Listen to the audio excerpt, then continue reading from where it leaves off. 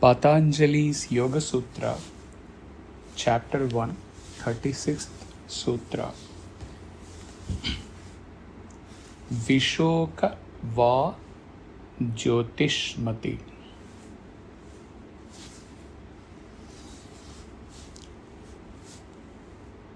Or by the meditation on the Effulgent One, which is beyond all sorrow.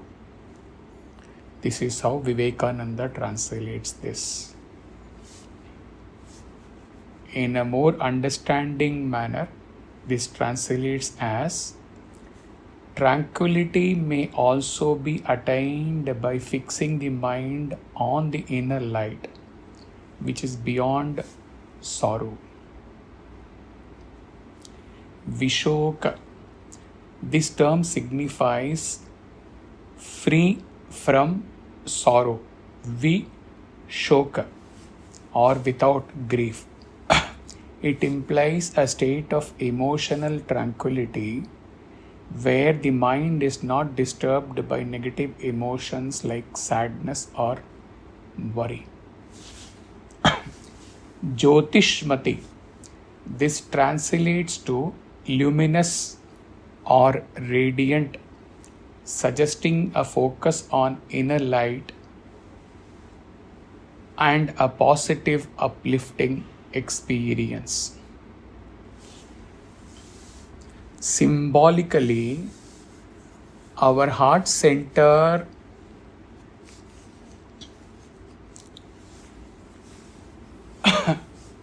constructed on the following stacked circles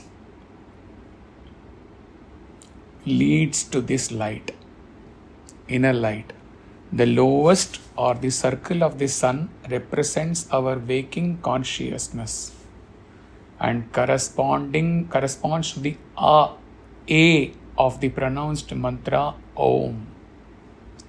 And next is the circle of the moon, which is our dreaming mind, represented by O of Om. Then comes the circle of fire, which is deep, dreamless sleep. So this inner light is that which illumines all our three states of consciousness. A monk says, in the beginning, one has to imagine this light, which later becomes a reality.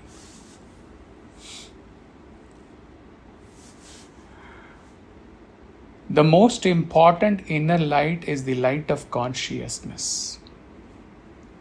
The Upanishads call it our true self. It is the central light in the core of our being, and it illumines all experience, including that of physical light. Even though we experience consciousness all the time, it is very difficult to understand its real nature. Consciousness is the true essence of all existence. It has neither beginning nor end. It is eternal, infinite, and ever shining. What we call physical light, the light of the sun or of the moon, lightning's light, the light of the stars, all these lights are illumined by our innermost light, which is consciousness. Vyasa unravels this sutra by adding the previous sutra along with this. So, viśokā va jyotiṣmatī is this verse. He adds in the beginning, Hridaya pundarike dharyato, and then after the end of this verse he adds pravritir utpanna manasa sthiti nibandhini, So, as per Vyasa, now this verse stands as Hridaya Pundarike Dharyato Viśokā va jyotiṣmatī Pravritir Utpanna Manasa Sthiti Nibandhini. This translates thus as per Vyasa: by concentrating on the lotus of the heart, there arises a state of sorrowless joy, viśokā, which is infused with inner light, jyotiṣmatī. Upon its emergence, such a state anchors the mind to a peaceful flow, free from all thought constructs, sthiti. Vyasa tells us that meditation on the lotus of the heart leads us to two unique states, viśokā and jyotiṣmatī.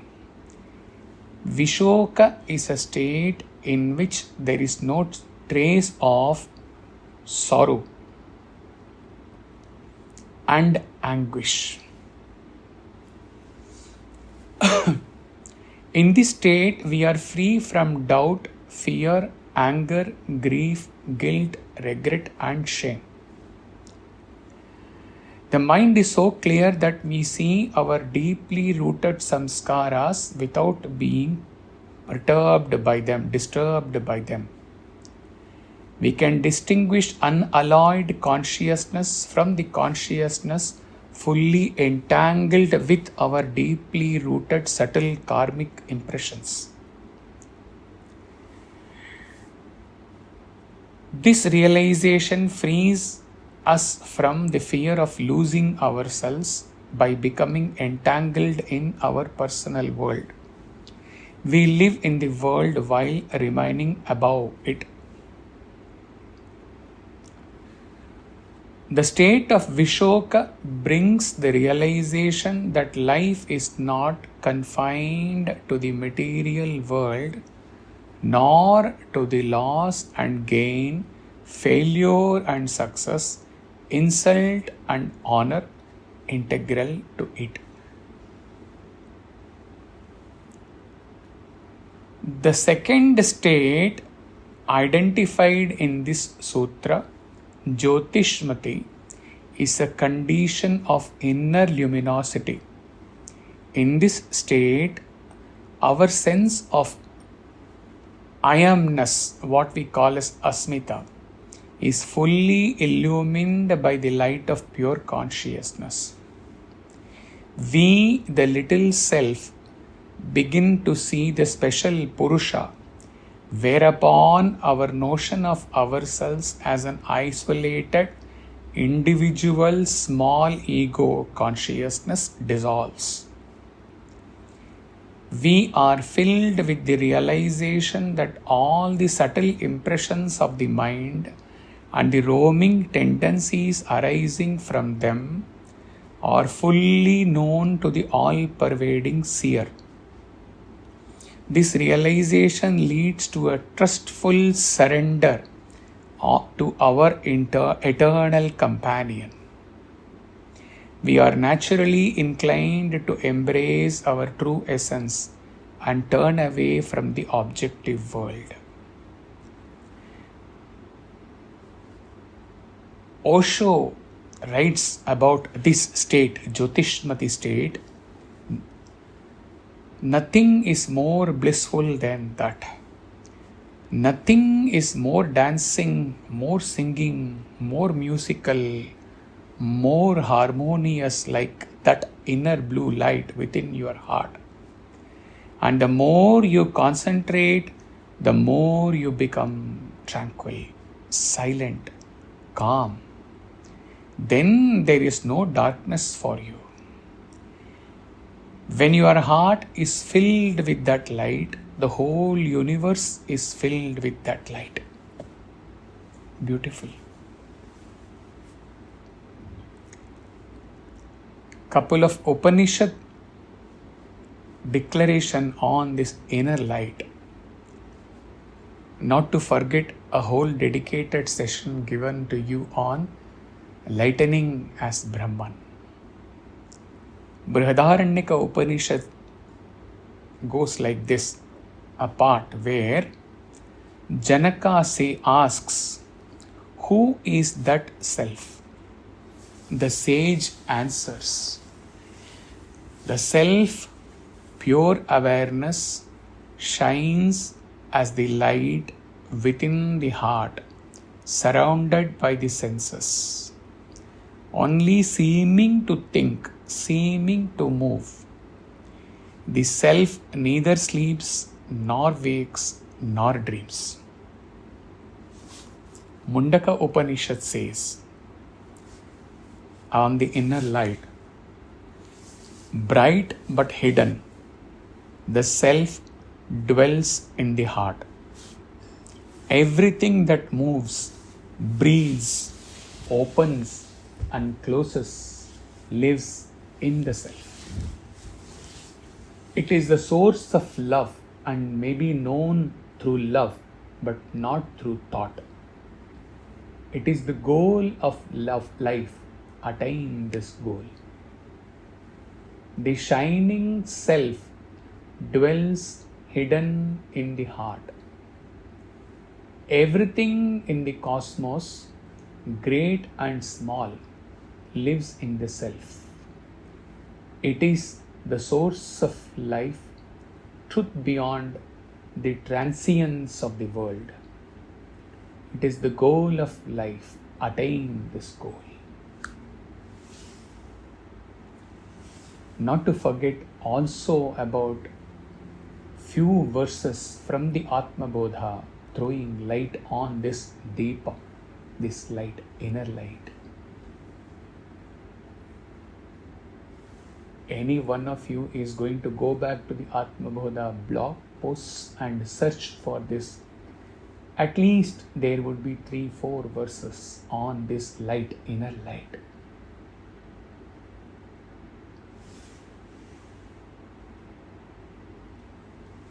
Let us focus on this exposition by some writer and dive deep into it and conclude this satsang. He writes thus. He is quoted, when one focuses on an object, the mind is focused on the object to the exclusion of everything else. Thus, mind does not get attached to the pleasure and pain.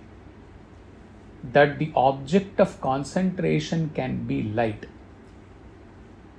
So, when one concentrates on the light to the exclusion of everything else, he becomes impervious to pleasure and pain and goes beyond them.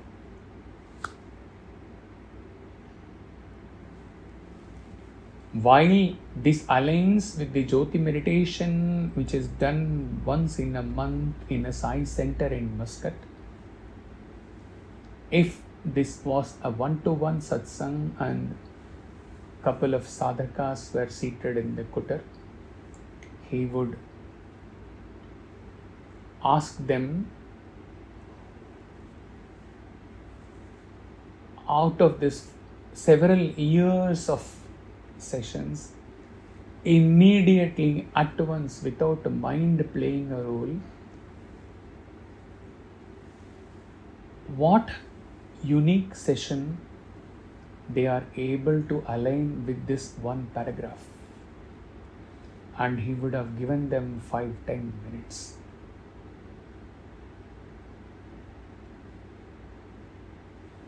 Now he gives just 1 minute. What comes striking?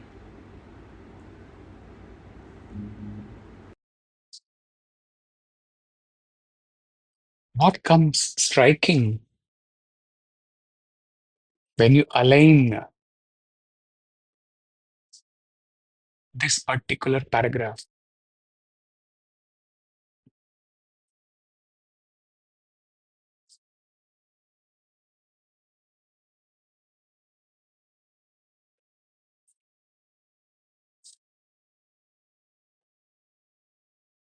Go back to the session Satsang in the Sai Center on Sai Om, Sai Om, Sai Om. Particularly to the portion where he explained Nayan Nayan Me Sayo. Brothers and sisters, when we start our spiritual sadhana, in the beginning, we are filled with shoka, all miseries, pain, sorrow, because all actions are undertaken by us in the backdrop of the kleshas, ragadvesha. As we are filled with avidya, so in that situation, avidya kama karma is what is happening to us. In the Nayana Nayana Me Sai Om Por, we saw Krishna. We started focusing on Krishna. The focus was intensified to such an extent that all other objects, thoughts, perceptions lost their relevance. It was only Krishna. So, the expression to the exclusion of everything else comes true here. We had all other objects in the world, our dear near ones, our friends, our enemies, so and so many, and Krishna. When we started focusing exclusively on Krishna, it, it ruled out, it excluded all other objects. Now the focus is only Krishna. We can see nothing else in the world. We can experience nothing else in the world except Krishna. Then what happened? We drew Krishna parallel to us. Krishna came closer and closer. Krishna merged in us, or we can say we merged in Krishna. So from Shoka, now we are coming to the second part of this sutra, jyotiṣmatī, with reference to the Krishna por, Nayana Nayaname por. How? Now we and Krishna are one. As we say in the Jyoti meditation, we started focusing on the candlelight. At the end, we concluded the meditation with we are the light. So, we have now discovered ourselves to be the very light, nay, very source of all lights, which is self-illumined consciousness within, which we really are, which we eternally were.